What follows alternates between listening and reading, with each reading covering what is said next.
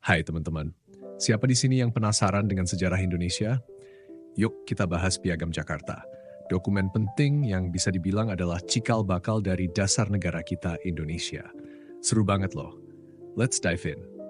Jadi, Piagam Jakarta ini dirumuskan pada tanggal 22 Juni 1945 oleh sebuah tim spesial yang disebut Panitia 9. Nah, siapa aja sih mereka?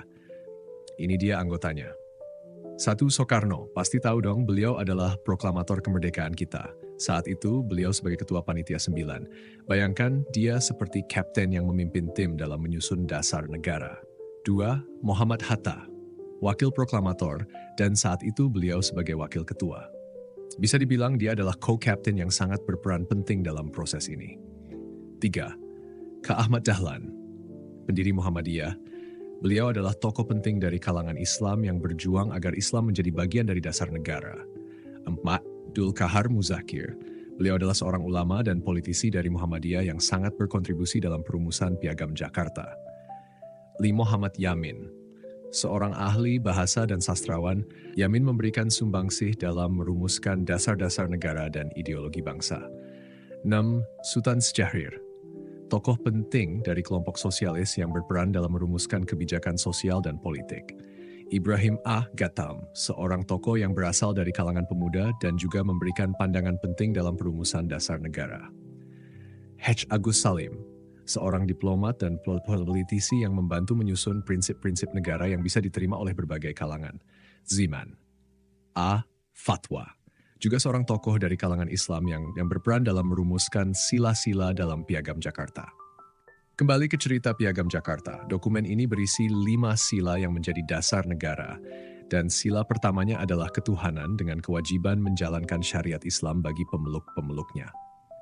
Bayangkan situasinya seperti ini. Saat itu banyak perdebatan antara berbagai kelompok tentang bagaimana negara harus diatur, terutama soal agama.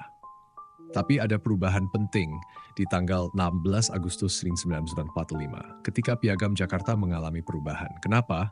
Karena banyak kelompok terutama dari daerah Indonesia Timur yang mayoritas non-Muslim merasa kurang nyaman dengan sila pertama yang ada. Jadi sila pertama diubah menjadi ketuhanan yang Maha Esa. Kenapa ini penting? Supaya semua kelompok merasa terwakili dan bisa hidup bersama dalam satu negara yang harmonis.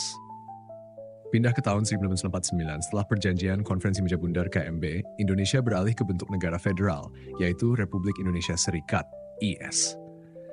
Namun, sistem ini tidak stabil. Bayangkan seperti saat kita ganti sistem phone tapi ternyata nggak cocok. Jadi pada 13 Agustus 1960, Indonesia kembali menjadi negara kesatuan dan menggunakan Undang-Undang Dasar sementara 1950. Tapi ini juga tidak stabil karena banyak perubahan politik yang cepat. Akhirnya, pada 5 Juli 1959, Presiden Soekarno mengeluarkan dekret presiden yang mengembalikan UUD 1945 sebagai konstitusi resmi. Kenapa? Karena sistem demokrasi liberal sebelumnya tidak efektif, dan UUD 1945 dianggap lebih stabil dan sesuai. Jadi, Piagam Jakarta yang awalnya adalah draft, akhirnya menjadi dasar yang kuat untuk negara kita. Jadi, teman-teman, Piagam Jakarta ini bukan cuma dokumen sejarah, tapi juga gambaran dari usaha dan kompromi untuk membuat dasar negara yang bisa diterima semua orang. Kayak gimana sih usaha itu berpengaruh? Kita bisa lihat betapa pentingnya dialog dan kompromi dalam kehidupan sehari-hari. Seperti saat kita berusaha memahami dan menyatukan berbagai pendapat di lingkungan kerja atau keluarga. Nah, gimana menurut kalian? Apakah ada bagian dari cerita Piagam Jakarta yang bikin kalian jadi lebih ngerti sejarah Indonesia? Yuk share pendapat kalian di komentar. Semoga cerita ini bermanfaat dan bikin kita lebih menghargai perjalanan panjang negara kita.